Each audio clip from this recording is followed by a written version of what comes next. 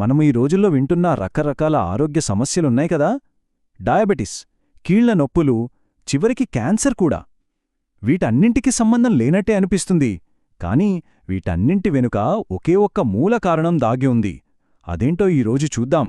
ఈ వ్యాధులన్నీ వేర్వేరుగా కనిపించినప్పటికీ వాటినన్నింటినీ కలిపే ఒక కామన్ లింకుంది. ఒక కనపడని శత్రువున్నాడు. ఆ దాగి ఉన్న శత్రువు పేరే క్రానిక్ ఇన్ఫ్లమేషన్, అంటే దీర్ఘకాలిక వాపు.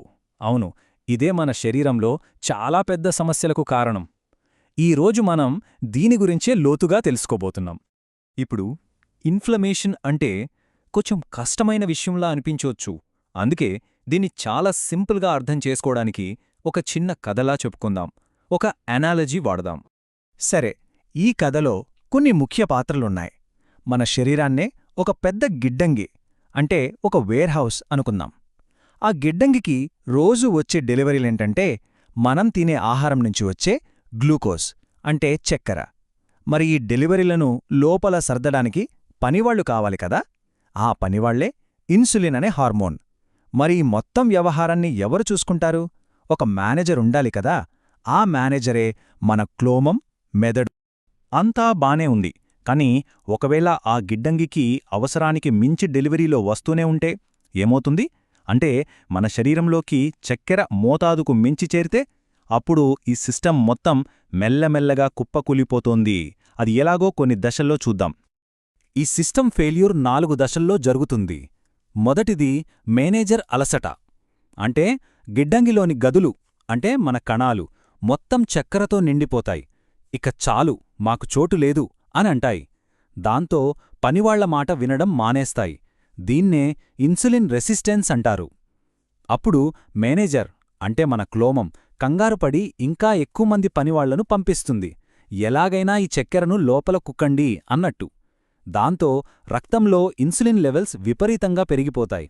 దీన్నే హైపర్ ఇన్సులినీమియా అంటారు. ఇక రెండవ దశ నిర్మాణ నష్టం. రక్తంలో పేరుకుపోయిన ఈ అదనపు చక్కెర ఊరికే ఉండదు. అది ప్రోటీన్లకు అంటుకుని ఒక రకమైన తుప్పునూ ఏర్పరుస్తుంది. దీన్నే సైంటిఫిక్గా అడ్వాన్స్డ్ గ్లైకేషన్ ఎండ్ ప్రొడక్ట్స్ లేదా ఏజీఎస్ అంటారు. ఇది మన గిడ్డంగి గోడల్ని పాడు చేస్తుంది. అంటే మన రక్తనాళాల్ని, అవయవాల్ని దెబ్బతీస్తుందన్నమాట. ఇందాక మనం తుప్పు పడుతుందని చెప్పుకున్నాం కదా. ఆ తుప్పు వల్ల జరిగే డ్యామేజ్ని చూసి మన శరీరం ఊరుకుంటుందా? వెంటనే తన సైన్యాన్ని, అంటే ఇమ్యూన్ సిస్టమ్ని రంగంలోకి దించుతుంది. ఆ డ్యామేజ్ని సరిచేయడానికి ప్రయత్నిస్తుంది. ఈ పోరాటంలో పుట్టేదే ఇన్ఫ్లమేషన్, అంటే మంట, వాపు. అందుకే చూడండి, వైద్యంలో చాలా జబ్బుల పేర్ల చివర ఐటిస్ అని ఉంటుంది. ఆర్థరైటిస్, ప్యాంక్రియాటైటిస్ ఇలా. ఆ ఐటిస్కి అర్థం అక్కడ ఇన్ఫ్లమేషన్ జరుగుతోందని. అంటే ఆ తుప్పు వల్ల జరిగిన నష్టానికి మన శరీరం స్పందిస్తోందని అర్థం. సరే, ఈ గొడవ ఇలా జరుగుతుండగానే మూడో దశ మొదలవుతోంది. అసలు గిడ్డంగి నిండిపోయింది, గోడలకి తుప్పు పడుతోంది. అప్పుడు శరీరం ఏం చేస్తుందంటే ఒక ప్లాన్ బిని అమలు చేస్తుంది. సరే, ఈ అదనపు చక్కెరను ఎక్కడో ఒకచోట దాచాలి కదా అని కొత్తగా టెంట్లు వేయడం మొదలుపెడుతుంది. ఈ టెంట్లే మన కొవ్వు కణాలు, అంటే ఫ్యాట్ సెల్స్. వీటిని ఫాస్ట్గా కట్టడానికి శరీరం ఇన్సులిన్ లైక్ గ్రోత్ ఫ్యాక్టర్, అంటే IGF-1 అనే ఒక స్పెషల్ టూల్ని వాడుతుంది. ఇక చివరిగా 4వ దశ. ఈ గందరగోళమంతా కలిసి గిడ్డంగి ఎలక్ట్రికల్ సిస్టమ్ని దెబ్బతీస్తుంది, అంటే మన నరాల వ్యవస్థని. మన నరాలు, గుండె పనిచేయాలంటే చిన్న చిన్న ఎలక్ట్రిక్ సిగ్నల్స్ చాలా అవసరం. కానీ ఈ క్రానిక్ ఇన్ఫ్లమేషన్ అనే మంట ఆ వైరింగ్ను షార్ట్ సర్క్యూట్ చేస్తుంది. దాంతో కమ్యూనికేషన్ దెబ్బతిని ఇంకా పెద్ద సమస్యలు మొదలవుతాయి. ఓకే, ఇప్పటిదాకా మనం గిడ్డంగి లోపల జరుగుతున్న గొడవ గురించి మాట్లాడుకున్నాం. మరి ఈ గందరగోళం బయటకి ఎలా కనిపిస్తుంది? మనకు తెలిసిన జబ్బుల రూపంలో అది ఎలా బయటపడుతుందో ఇప్పుడు చూద్దాం. మనం చెప్పుకున్న ఈ దీర్ఘకాలిక ఇన్ఫ్లమేషన్ వల్లే టైప్ 2 డయాబెటిస్, ఫ్యాటీ లివర్, కీళ్ల వాతం అంటే ఆర్థరైటిస్, ఆటో ఇమ్యూన్ సమస్యలు, చివరికి కొన్ని రకాల క్యాన్సర్లు కూడా రావడానికి లేదా ఉన్నవి మరింత ముదరడానికి కారణమవుతుంది. ఇక్కడ ఒక చాలా ముఖ్యమైన విషయముంది. శరీరంలో ఎక్కువగా ఉన్న ఇన్సులిన్, IGF-1 ఉన్నాయి కదా, అవి క్యాన్సర్ కణాలకు హై ఆక్టేన్ ఫ్యూయల్లా పనిచేస్తాయి. అంటే సూపర్ పెట్రోల్లాగా అన్నమాట. త్వరగా పెరగండి, విభజన చెందండి అని వాటికి సిగ్నల్ ఇస్తాయి. సరిగ్గా కొవ్వు కణాలను పెంచినట్లే క్యాన్సర్ కణాల పెరుగుదలకు కూడా ఇవి ఆజ్యం పోస్తాయి.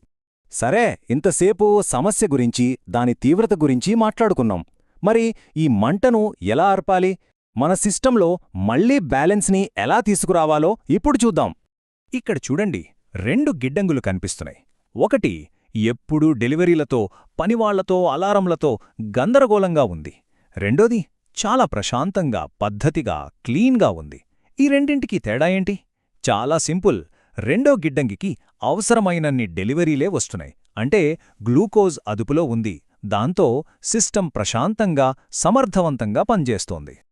అంటే మనం నేర్చుకోవాల్సిన అసలైన పాఠం ఇదే.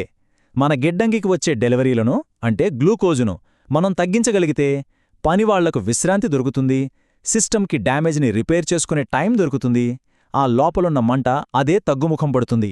సరే, ముగించే ముందు ఒక్క విషయం ఆలోచిద్దాం. ఈ ఇన్ఫ్లమేషన్ అనేది ఒక పెద్ద అగ్ని అయితే దానికి ఆజ్యం పోస్తున్న చిన్న చిన్న నిప్పురవ్వలు ఏంటి?